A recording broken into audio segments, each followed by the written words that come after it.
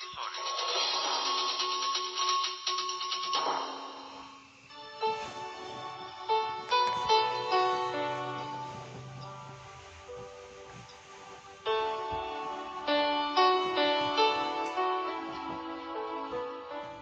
terima kasih Anda masih mendengarkan 96 MHz RRI Mamuju. Pendengar, saat ini di lintas Mamuju sore kita sudah menghadirkan narasumber untuk program acara Mimbar Agama Kristen, dan untuk edisi siar hari ini Senin 14 Juni 2021 hingga nanti pukul 17 akan kami temani Anda umat Nasrani di mana saja berada. Dan ada Pendeta Andreas C.P. Dewanto di studio saat ini.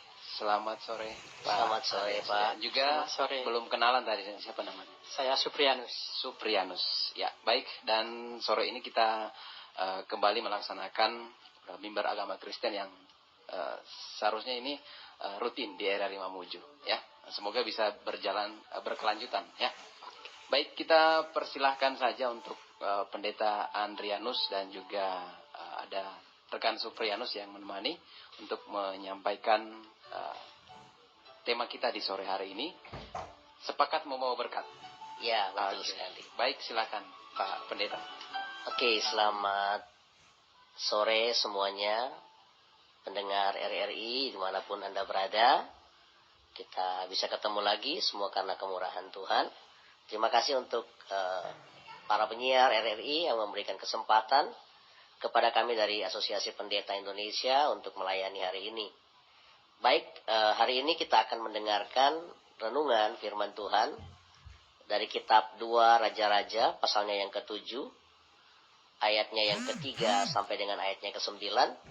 Nanti Saudara Suprianus akan membacakan untuk kita. Baik, 2 Raja-Raja pasal 7 ayat yang ke-3 sampai ayat yang ke-9.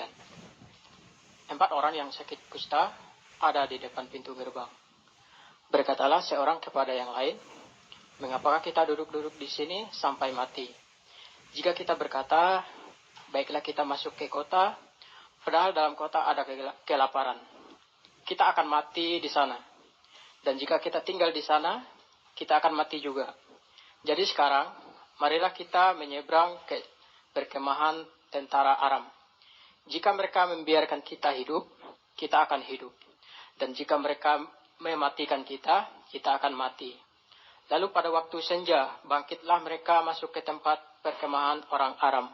Tetapi ketika mereka sampai ke pinggir tempat perkemahan orang Aram itu, tampaklah tidak ada orang di sana. Sebab Tuhan telah membuat tentara Aram itu mendengar bunyi kereta, bunyi kuda, bunyi tentara yang besar, sehingga berkatalah yang seorang kepada yang lain, "Sesungguhnya Raja Israel telah mengumpah raja-raja orang Het dan raja-raja orang Misraim melawan kita, supaya mereka menyerang kita. Karena itu bangkitlah mereka melarikan diri pada waktu senja dengan meninggalkan kemah dan kuda dan keledai mereka serta tempat perkemahan itu dengan begitu saja. Mereka melarikan diri menyelamatkan nyawanya.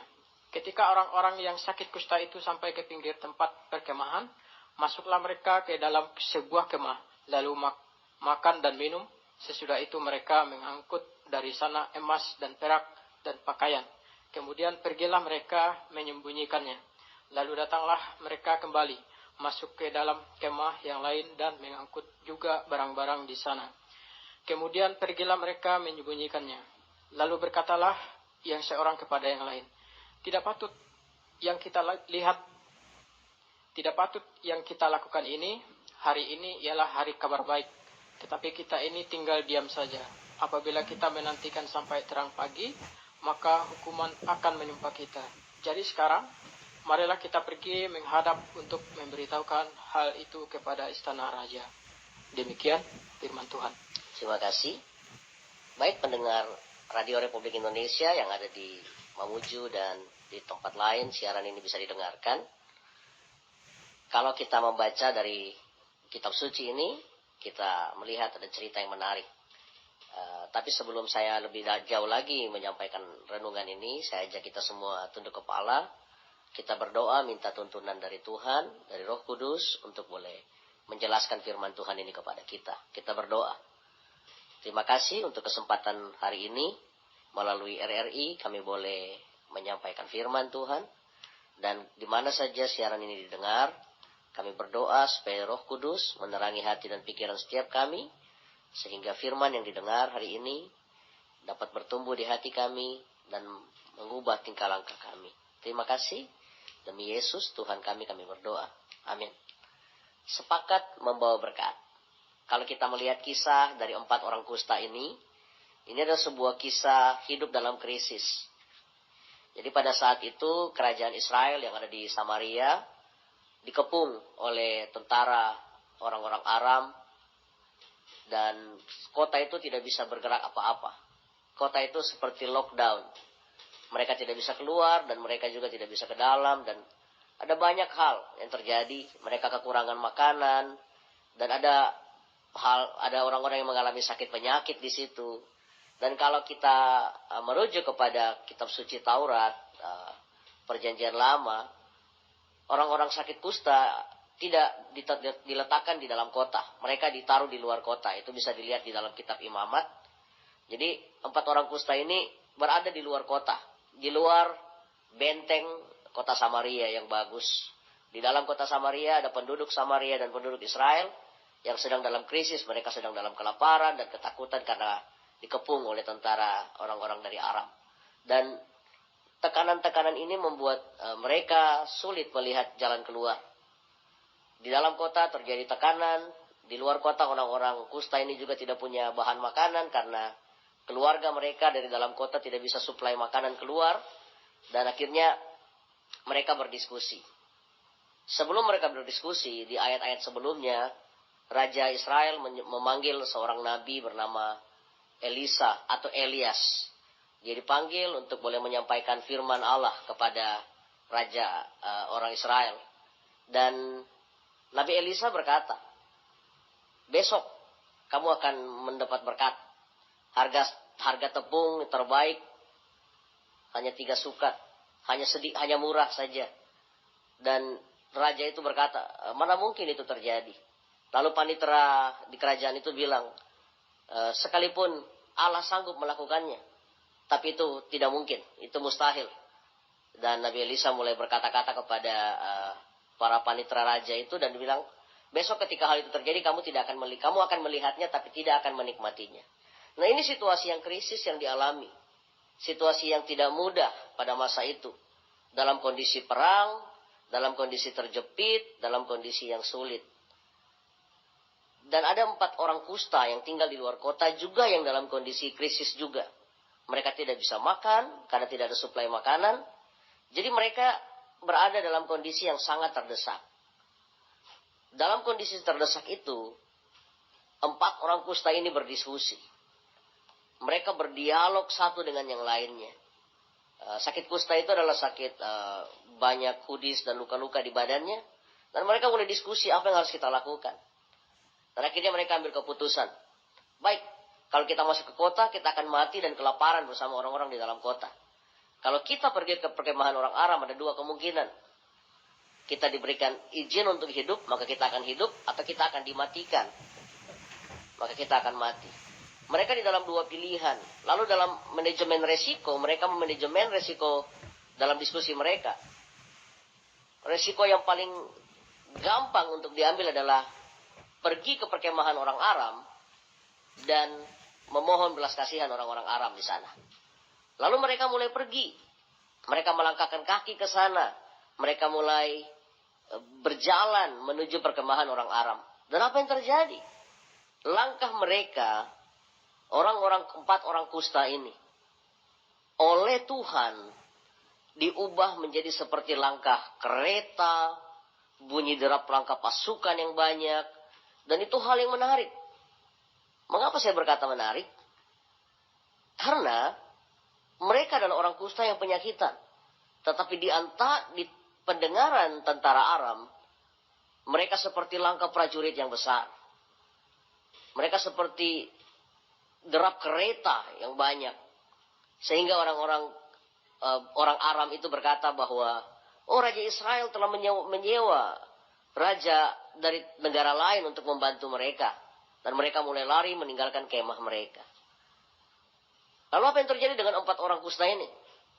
Mereka menemukan perkemahan yang tidak ada orang lagi. Dan mereka mulai makan, mereka mulai ambil emas, dan mereka mulai ambil pakaian. Dan mereka pergi menyembunyikannya. Dan itu terjadi di 2 kemah mereka lakukan. Sampai satu titik, 1 orang dari antara 4 orang kusta ini berkata, ini tidak baik. Ini adalah hari kabar baik. Mari kita beritahukan kepada orang lain apa yang kita terima di sini.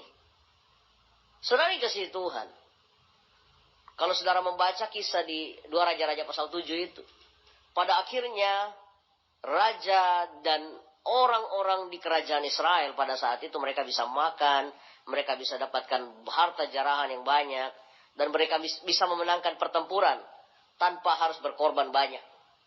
Mengapa? Karena ada 4 orang kusta yang bersepakat. Sehingga mereka pun diberkati dan menjadi berkat bagi satu kotanya. Dari kisah ini, apa yang bisa kita pelajari dalam situasi di masa sekarang ini, di masa pandemi ini? Ada hal-hal yang menarik yang saya bisa pelajari dari sini. Yang pertama, semua orang mengalami krisis. Dalam situasi pandemik ini, setiap kita, baik itu pejabat, baik itu pengusaha, baik itu kuli bangunan atau masyarakat biasa, baik itu mahasiswa, tingkat kuliah, SMA, SMP, bahkan taman kanak-kanak mengalami krisis. Yang biasanya mereka berteman, bermain dengan teman-teman mereka, mereka terkurung di rumah mereka dan sulit untuk beraktivitas. Para pengusaha, oleh karena keterbatasan ruang dan waktu, oleh karena dampak COVID yang berkembang, usaha mereka banyak yang tidak berkembang dengan baik. Apalagi kita di Mamuju, baru-baru kita mengalami bencana yang cukup besar, bencana alam, yaitu gempa bumi. Kita hidup dalam krisis. Semua mereka yang ada dalam perjanjian lama ini, dari kerajaan Israel ini, mereka mengalami krisis. Dan krisis mereka itu adalah satu kondisi yang berat, yang benar-benar hidup dan mati. Dan dalam situasi krisis yang dialami oleh semua orang itu, ada hal yang kedua yang menarik. Ada yang memilih tetap tinggal dalam krisis itu sambil menggerutu, sambil mengeluh. Tetapi ada orang yang juga tinggal dalam krisis, tetapi dia mengambil tindakan untuk maju. Dia mengambil tindakan untuk melangkah maju. Walaupun ketika dia melangkah maju, dia punya resiko. Dalam situasi krisis, dia tetap mengambil keputusan untuk melangkah maju. Walaupun keputusannya tentu beresiko. Nah, 2 hal sederhana ini, kalau kita renungkan dalam situasi kita hari ini, akan sangat menolong kita membangun kesepakatan demi kesepakatan. Orang-orang yang bersepakat untuk tetap dalam kondisi krisis dan tidak memilih untuk maju, mereka akan hidup dalam tekanan yang berat. Tetapi orang-orang yang bersepakat maju bersama-sama, seperti 4 orang kusta ini, mereka maju bersama-sama. Apa yang terjadi? Mereka terima berkat. Bahkan bukan hanya mereka terima berkat, mereka juga jadi berkat untuk orang lain. Ketika mereka bersepakat untuk mengambil resiko, berjalan menuju perkemahan orang Aram. Saudara bisa bayangkan di situ, mereka menghadapi maut. Ada 2 pilihan yang berat.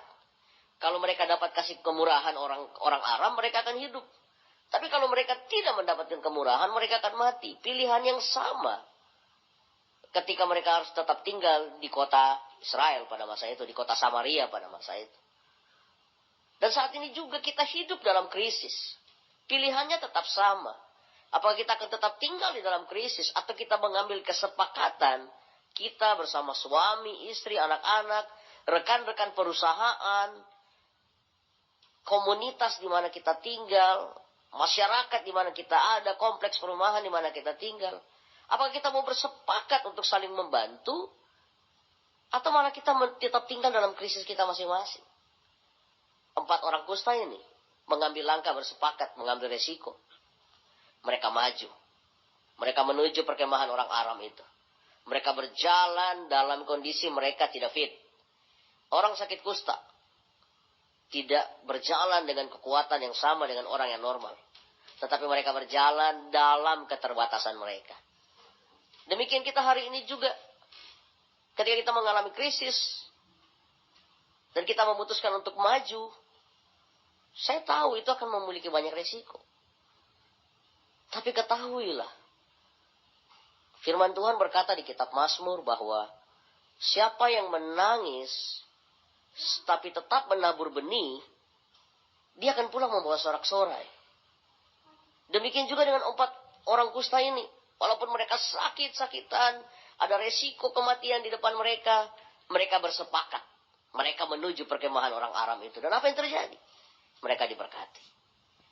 Nah, bagaimana kita membangun kesepakatan ini? Itu yang menjadi kuncinya.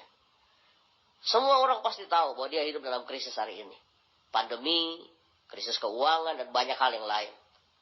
Tetapi, bagaimana kita membentuk kesepakatan kita? Nah, ada 4 hal yang saya lihat dari 4 orang kusta ini. Yang membuat mereka bisa sepakat. Yang pertama adalah mereka sama-sama mengalami tekanan. Mereka tidak bisa makan, sama dengan orang di dalam kota. Mereka dikepung. Mereka punya masalah yang sama. Yang kedua, 4 orang kusta ini punya penyakit yang sama. Punya kondisi hidup yang sama. Punya situasi hidup yang sama. Dan yang ketiga, keempat orang kusta ini menghadapi resiko yang sama. Dan yang keempat orang kusta ini harus menempuh perjalanan yang sama. Kesepakatan dimulai ketika seseorang atau satu komunitas memiliki musuh yang sama. Memiliki situasi krisis yang sama. Atau bisa dikatakan begini, kesepakatan itu akan mulai muncul ketika satu komunitas menyadari mereka punya tantangan yang sama. Mereka punya situasi krisis yang sama. Mereka punya masalah yang sama. Dan mereka hidup di dalam kondisi yang sama. Yang ketiga, mereka harus menempuh perjalanan yang sama. Dan yang keempat, mereka harus mengambil tindakan risiko yang sama. Ketika 4 hal ini disadari, maka akan membentuk kesepakatan. Tanpa menyadari 4 hal ini, kesepakatan tidak mungkin diambil. Sebagai contoh sederhana, ketika orang berpacaran. Tentu mereka punya tujuan yang sama, situasi yang sama, yaitu pengen membangun rumah tangga. Tetapi mereka punya krisis yang sama, yaitu sama-sama butuh restu orang tua. Dan mereka harus mengambil resiko saling memperkenalkan pasangan mereka. Dan dalam proses memperkenalkan pasangan mereka kepada orang tua mereka, mereka harus bersama-sama. Dan mereka harus rela mengambil resiko itu bersama-sama. Demikian juga ketika orang mau bekerja, ada kontrak kerja yang ditanda tangan, dan semuanya terbentuk melalui 4 fase kesepakatan ini. Yaitu punya situasi yang sama, punya resiko yang sama, punya perjalanan yang sama, dan punya hasil yang sama juga. Jadi kalau kita mulai membangun 4 hal ini, kita bisa mulai bersepakat. Dan apa yang terjadi ketika kita bersepakat? Berkat Tuhan tersedia. Di kitab Mazmur juga dikatakan, jika orang hidup rukun bersama, maka Tuhan perintahkan berkat kehidupan. Di firman Tuhan di kitab Matius berkata bahwa jika 2 orang bersepakat di bumi ini, apa saja yang mereka minta Tuhan beri. Jadi kuasa sebuah kesepakatan itu akan membawa keberkatan yang luar biasa dalam hidup kita. Akan membawa keberkatan dalam hidup kita.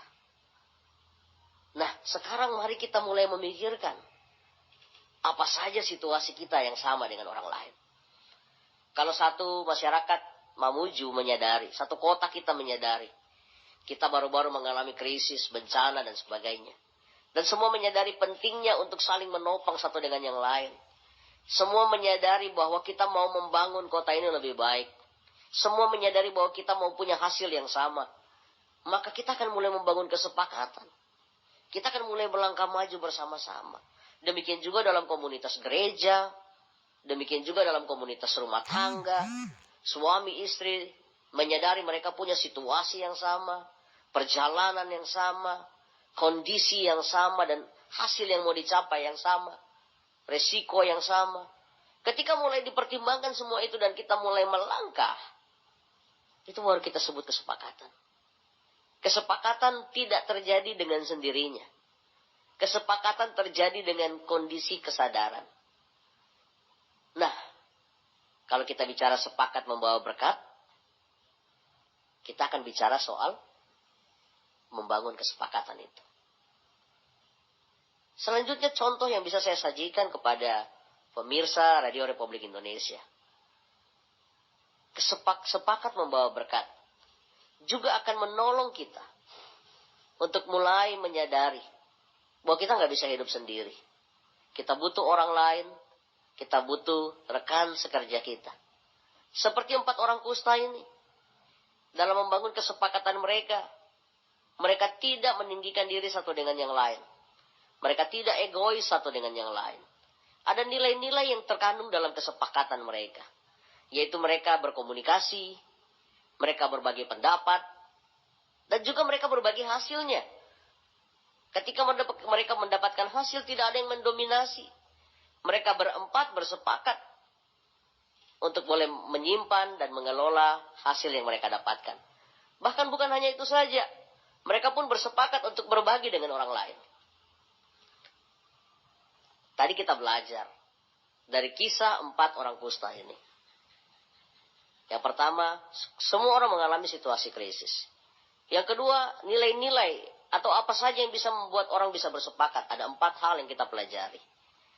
Yaitu yang pertama, situasi yang sama, perjalanan yang sama, resiko yang sama, dan hasil yang sama. Dan sekarang kita melihat hasil apa yang didapatkan dari kesepakatan itu. Hasil yang didapatkan dari kesepakatan itu adalah mereka masuk ke kemah. Mereka temukan baju, mereka temukan makanan, mereka temukan emas. Mereka temukan kondisi kemah itu tidak ada orang pasukan Aram yang mengelilingi mereka. Apa yang bisa kita dapat dari sini? Hasil sebuah kesepakatan adalah terpenuhnya kebutuhan yang kita harapkan. Terpenuhnya kebutuhan yang kita inginkan. Orang-orang kusta tadi ini mereka mengalami krisis yang sama. Yaitu kelaparan. Mereka nggak punya makanan. Mereka sulit dapat suplai makanan dari dalam kota. Karena kota sedang dikepung. Dan keluarga mereka tidak bisa keluar kota itu karena situasi pengepungan dari pasukan Aram. Sehingga mereka dalam kondisi kelaparan. Mereka mau masuk kota, kelaparan. Mereka pun tinggal diam dalam kondisi mereka. Mereka juga kelaparan. Apa yang terjadi ketika mereka sepakat? Mereka dapat makanan yang banyak. Bahkan dikatakan di situ mereka makan sampai kenyang. Lalu mereka mengambil pakaian, emas dan mulai menyimpannya. Dan mereka masuk lagi ke kemah yang lain, melakukan hal itu. Saudara lihat, kesepakatan pasti membawa berkat. Oleh sebab itu sepakat membawa berkat itu adalah hal yang sangat menguntungkan untuk kita. Tetapi sangat disayangkan. Hari-hari ini sangat sulit menemukan orang-orang yang mau bersepakat. Kenapa? Alasannya simpel. Karena kita seringkali berpikir hanya untuk kepentingan diri kita sendiri. Mengapa 4 orang kusta ini bisa bersepakat? Dan bisa menikmati hasil itu bersama-sama? Terlihat dari bacaan yang kita baca tadi di ayatnya yang ke-9. Tidak baik apa yang kita buat ini. Kita harus berbagi kepada orang lain. Kita harus memberitahukan kepada orang lain. Sebuah kesepakatan bisa muncul ketika orang-orang di dalamnya tidak membangun keegoisan pribadi. Yang menghancurkan kesepakatan adalah keegoisan. Jiwa yang serakah, yang hanya mau menang sendiri. Yang hanya mau kepentingannya sendiri. Itu akan merusak kesepakatan. Tetapi ketika orang-orang di dalam satu kondisi, keadaan masyarakat, keadaan gereja, keadaan komunitas mulai menurunkan egoisme dia, menurunkan kepentingan diri sendirinya, dan mulai melihat kepentingan bersama, dan mulai mengambil tindakan untuk bersepakat, mengambil tindakan yang sama sebagai satu komunitas. Maka apa yang terjadi? Kesepakatan terbangun, dan perjalanan kesepakatan itu mulai dijalani. Perjalanan kesepakatan itu mulai dikerjakan.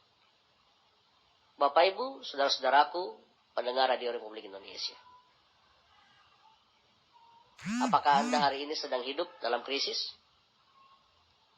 Kalau Anda berkata ya, saya juga sedang ada dalam krisis. Semua kita sedang ada dalam krisis. Apakah Anda mau mengambil langkah untuk bersepakat dengan suami, dengan istri, dengan anak-anak, atau dengan komunitas Anda?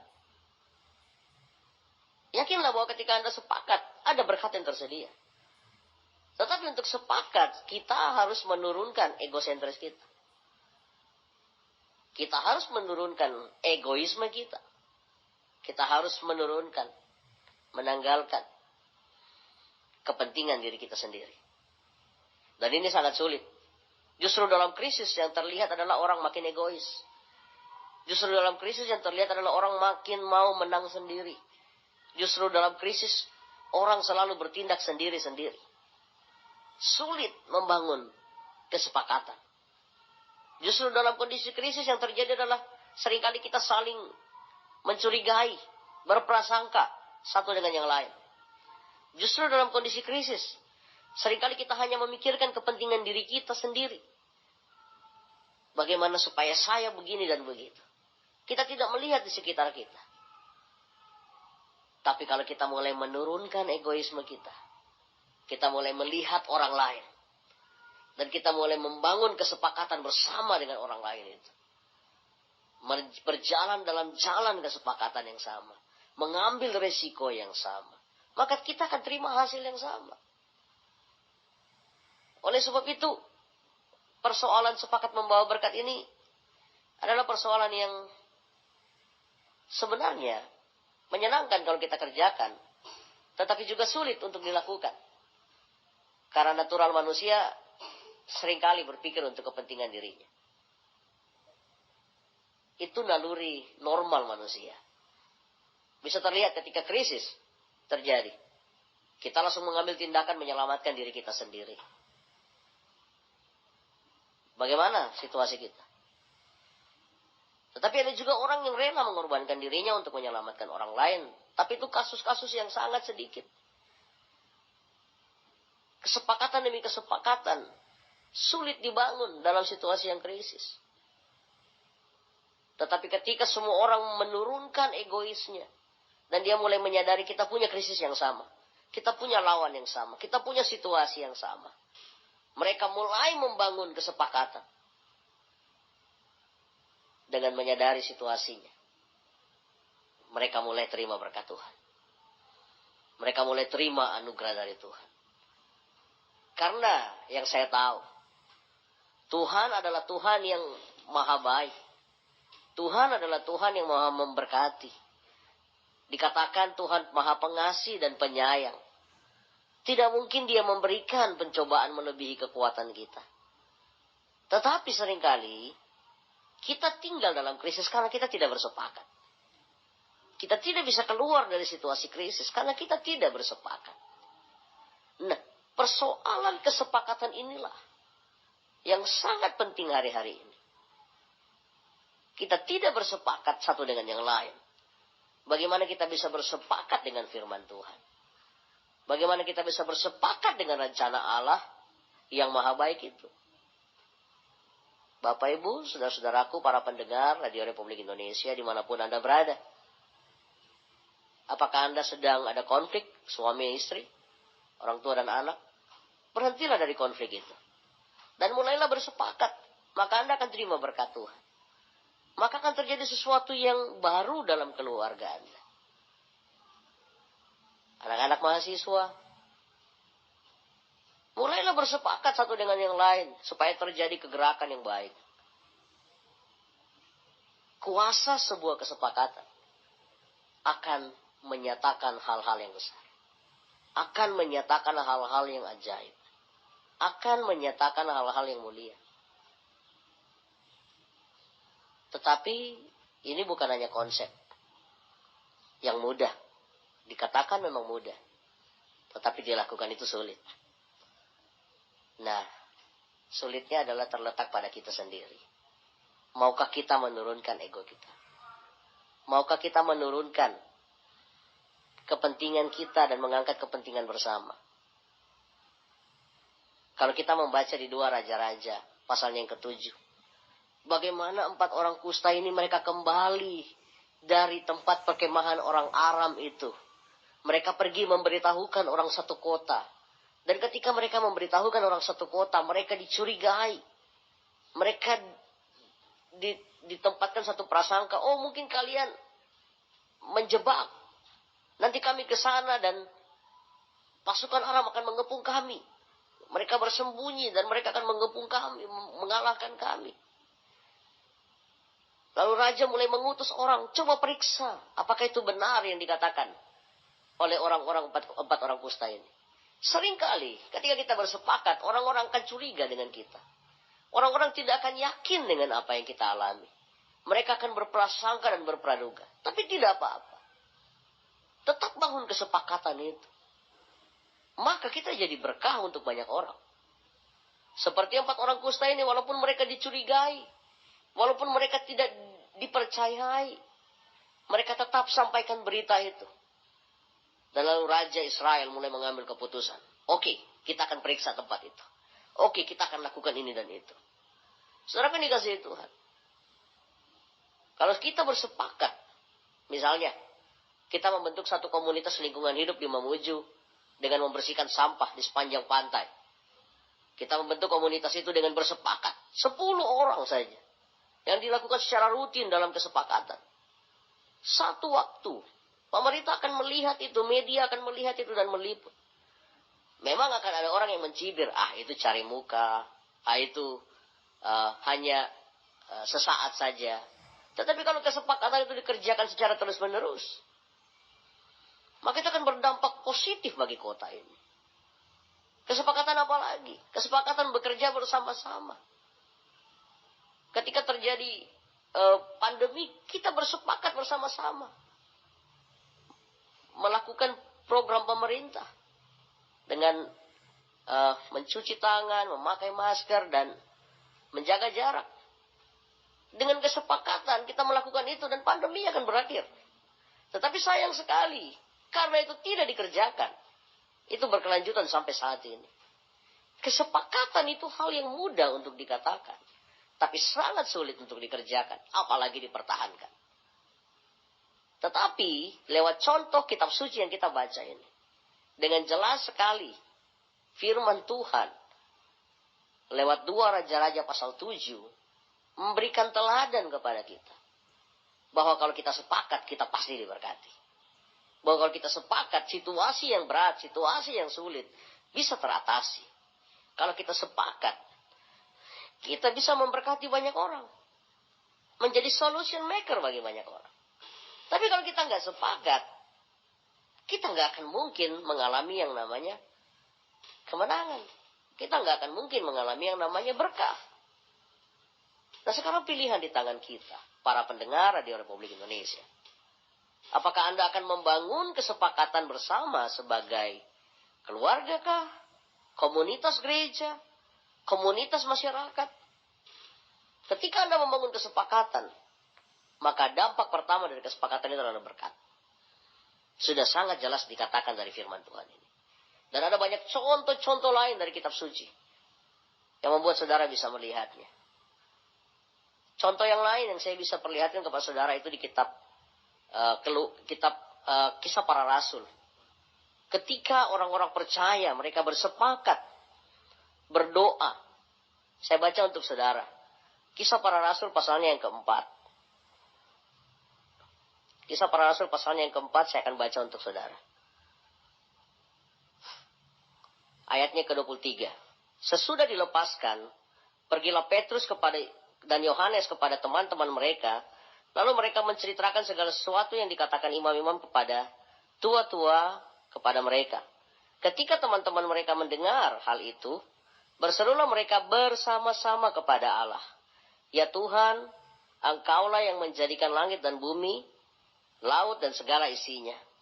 Dan oleh Roh Kudus dengan perantaraan hamba-Mu Daud, Bapa kami, Engkau telah berfirman, mengapa rusuh bangsa-bangsa? Mengapa suku-suku bangsa mereka-reka perkara yang sia-sia? Raja-raja dunia bersiap-siap dan para pembesar-pembesar berkumpul untuk melawan Tuhan dan yang diurapinya.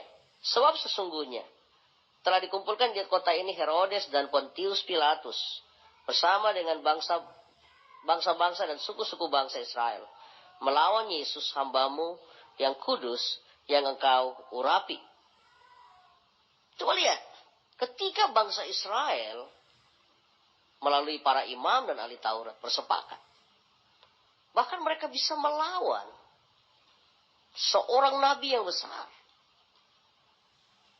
Dan ketika Petrus dan Yohanes keluar dari penjara dalam pembelaan mereka, mereka kembali kepada jemaat itu dan jemaat itu mulai berdoa bersama-sama, bersepakat dan mulai bertanya kepada Tuhan. Apa yang terjadi dengan kesepakatan jemaat itu? Yang terjadi adalah Petrus dan Yohanes lepas dari yang namanya ancaman kematian. Dan mereka mulai berdoa kepada Tuhan. Dan apa yang terjadi? Kabar keselamatan, Injil, tersebar ke seluruh tempat. Tersebar dengan luar biasa. Bahkan tiap-tiap hari orang-orang diselamatkan, dikatakan. Bapak Ibu, para pendengar Radio Republik Indonesia. Kuasa sebuah kesepakatan akan berdampak berkat. Tetapi perjalanan membangun kesepakatan dimulai dari pribadi-pribadi yang menurunkan egoismenya dia. Dimulai dari pribadi-pribadi yang menurunkan kepentingannya. Dan mulai mengangkat kepentingan bersama. Ada kesadaran bersama. Ada kesepakatan untuk berjalan bersama-sama. Ada kesepakatan untuk berbagi hasil bersama-sama. Segala sesuatu dilakukan secara bersama-sama. Sehingga kesepakatan yang kita ambil akan menjadi kesepakatan yang membawa dampak bagi lingkungan. Kesepakatan yang membawa dampak bagi orang lain. Saya mau mendorong Bapak Ibu Saudara-saudara para pendengar yang saya kasihi. Untuk mulai mengambil catatan-catatan kecil dari apa yang saya sampaikan ini. Coba catat dalam hidup saudara. Krisis apa yang sedang Anda alami hari ini? Krisis apa yang sedang menekan Anda hari ini? Temukan orang-orang yang memiliki krisis yang sama. Yang menyadari krisis yang sama. Dan lalu mari buat kesepakatan. Apa kesepakatannya? Kita mau menghadapi krisis ini bersama-sama. Kita mau berjalan mengatasi situasi ini bersama-sama. Kita mau mengambil resiko bersama-sama. Dan kita mau membagi hasilnya bersama-sama. Sebagai contoh konkret seperti ini. Saya mau mengambil contoh dari pelayanan yang dikerjakan oleh Asosiasi Pendeta Indonesia. Asosiasi Pendeta Indonesia adalah sebuah asosiasi nasional. Dari Jakarta dan sudah sangat lama, kurang lebih 15 tahun. Dan mereka, Asosiasi Pendeta Indonesia mulai masuk Sulawesi Barat beberapa tahun yang lalu. Tetapi kesepakatan untuk berjalan bersama baru dimulai kurang lebih 2 tahun terakhir ini. Dan apa yang terjadi? Ketika pandemi melanda negeri ini, orang-orang dari Asosiasi Pendeta Indonesia ini mulai bersepakat dengan pemerintah. Ketika itu ada aksi bersama, lintas masyarakat, TNI, Polri, masyarakat, dinas-dinas pemerintahan, dan masyarakat umum. Mulai melakukan penyemprotan disinfektan ke seluruh kota Mamuju. Dan Asosiasi Pendeta Indonesia sebagai komunitas yang sangat kecil, mulai bersepakat dengan pemerintah. Dan kami mulai terlibat bersama-sama. Tentu sesuai dengan tupoksi kami. Kami mulai melakukan bagian kami. Dengan penyemprotan cairan desinfektan ke rumah-rumah ibadah. Ke rumah-rumah pendeta-pendeta.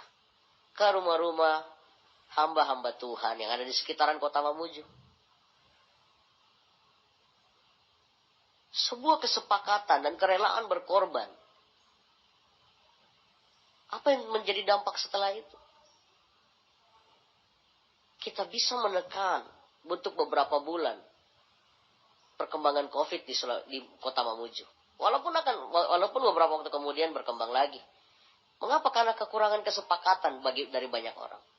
Tetapi dalam perjalanannya Asosiasi Pendeta Indonesia tetap mengerjakannya. Kami bersepakat memberi makan kaum marginal, dan itu melibatkan teman-teman dari pemerintahan. Waktu itu dihadiri oleh Wakil Ketua DPR, anggota DPR, dan instansi-instansi pemerintahan, bahkan kepolisian dan TNI. Kami mulai bersepakat, para hamba-hamba Tuhan ini mulai bersepakat untuk berdampak bagi kota Mamuju.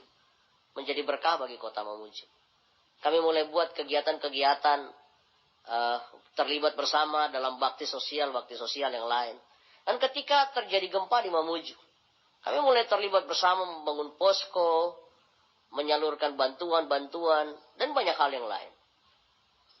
Apakah di dalam pelayanan kami tidak ada perbedaan pendapat? Pasti ada. Tetapi apa yang terjadi? Kami mulai belajar menekan yang namanya keegoisan kami. Untuk membangun kesepakatan supaya kami bisa jadi berkah bagi orang lain. Nah, kalau komunitas komunitas Asosiasi Pendeta Indonesia ini bisa melakukan hal itu dan melakukan beberapa hal untuk berdampak bagi masyarakat, mungkin bisa juga dilakukan oleh komunitas-komunitas masyarakat, Karang Taruna, dan komunitas-komunitas yang lain. Komunitas-komunitas pecinta sepeda, komunitas-komunitas apapun. Mari mulai bersepakat, lakukan hal-hal positif untuk menolong mengatasi krisis ini bersama-sama. Dan percayalah, kesepakatan kita pasti membawa berkah. Percayalah, ketika kita bersepakat, kita membawa berkah. Hanya seringkali kesepakatan kita itu dibangun sendiri-sendiri. Komunitas kecil, mereka sulit bersatu. Kenapa? Karena seringkali masih ada egoisme organisasi, egoisme pribadi, dan